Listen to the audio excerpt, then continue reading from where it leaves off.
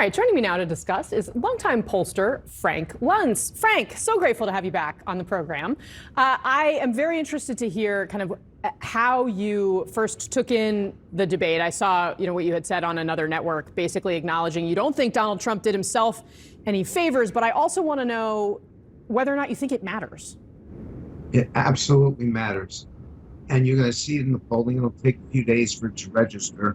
And not only does it matter, we're talking about democracy. We're talking about the future of the country. It's not just an election.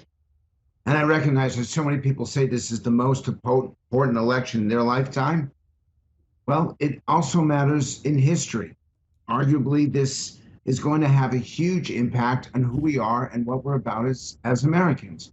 She won the debate. Let me emphasize that because I'm getting criticized, and viewers should know, if you go online, you can see that I suggested that maybe Harris do a little less of the visualization of how she felt, that it was undercutting her message because to the voters that we talked to, they thought it was inauthentic. They thought she was acting.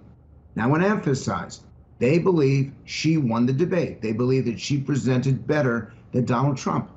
But I'm a language guy. I'm a visual guy. I'm a debate coach.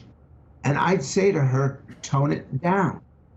In Donald Trump's case, I'm getting beat up by those voters because I don't think there's going to be another debate.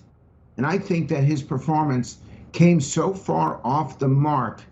And again, I recognize that people who say that it was 3 against 1, that the hosts of the moderators of the debate kept fact-checking him and not doing the same to Harris. That aside, and that's the context, he did not focus on inflation. He did not focus on solutions. He spent way more time talking about what had happened in the past and not enough time talking about the future. Net, it was not a great night. It was not a great debate, but Kamala Harris clearly won the encounter, and you will see some benefit to her in the polls that follow.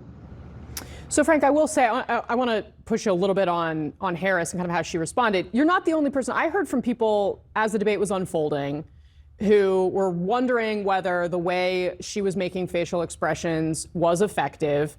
I asked my dozens of sources that I'm in touch with every election night, is this something that we should be comparing to the way Obama looked in the split screen with Mitt Romney in their first debate, where he not similarly necessarily, but the way that his demeanor was coming across was something that was ultimately seen as a negative.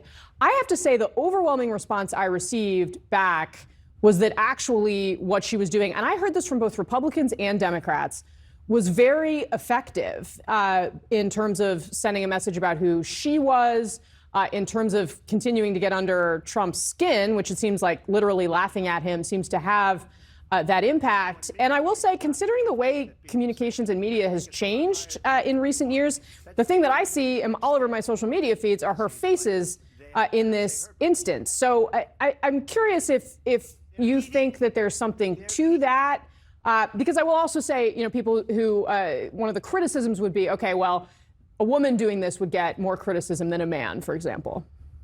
Yes, but the question is, does it add to the impact of what you say, or does it detract? Does it help with the messaging? And most importantly, voters want someone who's going to look them straight in the eye, say what they mean what they say, and do what they say.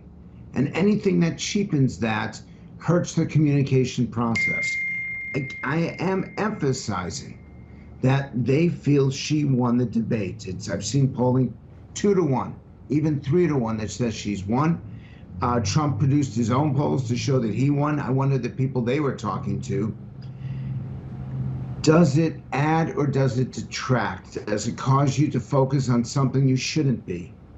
And I don't react myself. I listen to what voters tell me. And in listening to that, that's why I've raised it.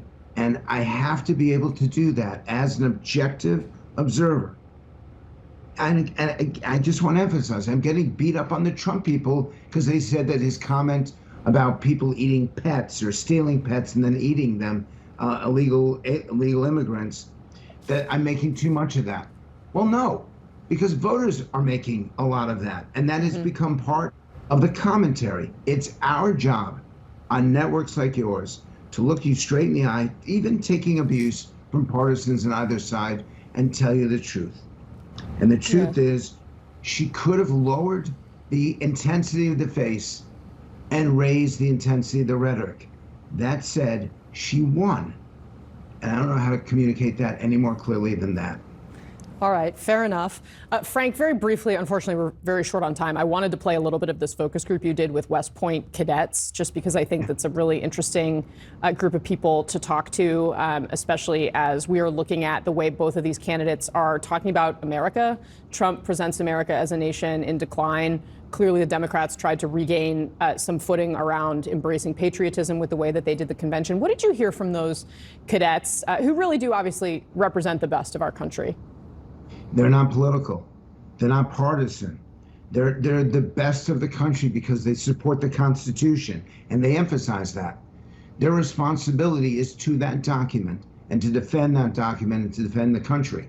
And when we talk about the importance of safety and security, they're the living, breathing embodiment of it. So when we talk about sending troops to foreign countries, it's them.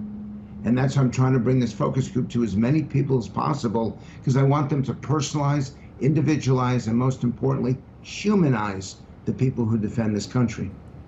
All right, Frank Luntz, very grateful to have you. I hope you'll come back soon. Thank you.